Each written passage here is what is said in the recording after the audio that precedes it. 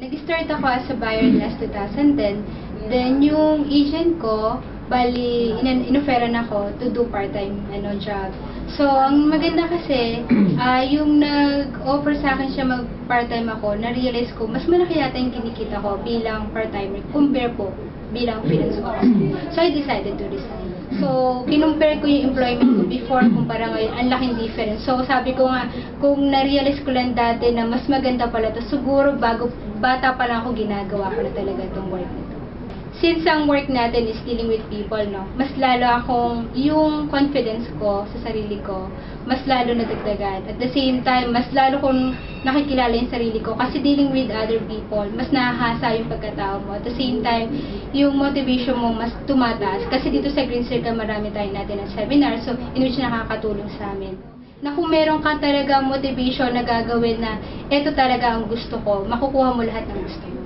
Regarding naman sa financial matter, no, ngayon kasi, mas malaki yung ipon ko kumpara sa employment. At the same time, yung dating hindi ko nagagawa mga travel.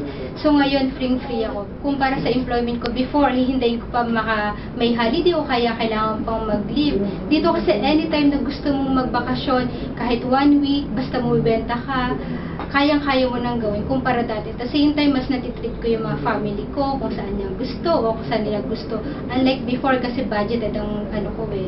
Kasi dito, ang maganda dito, sa employment, hindi unlimited yung kaya mong kitain. Dito kasi, pag nagsabi ka na 100,000 o kalahating milyon ang gusto mong kitain for the day, for the month, kung i-motivate mo yung sarili mo na kaya mong gawin yun, magagawa mo. Unlike sa employment, hindi talaga kaya. Advice ko lang sa mga tao, since ako galing ako sa employment, no, so, una, pwede nyo gawing part-time. So, eventually, pag sa tingin yung nakakatulong na sa inyo, mag-decide kayo kung gusto niyo na o hindi. Kasi ako, financially, talagang laking tulong sa akin eh.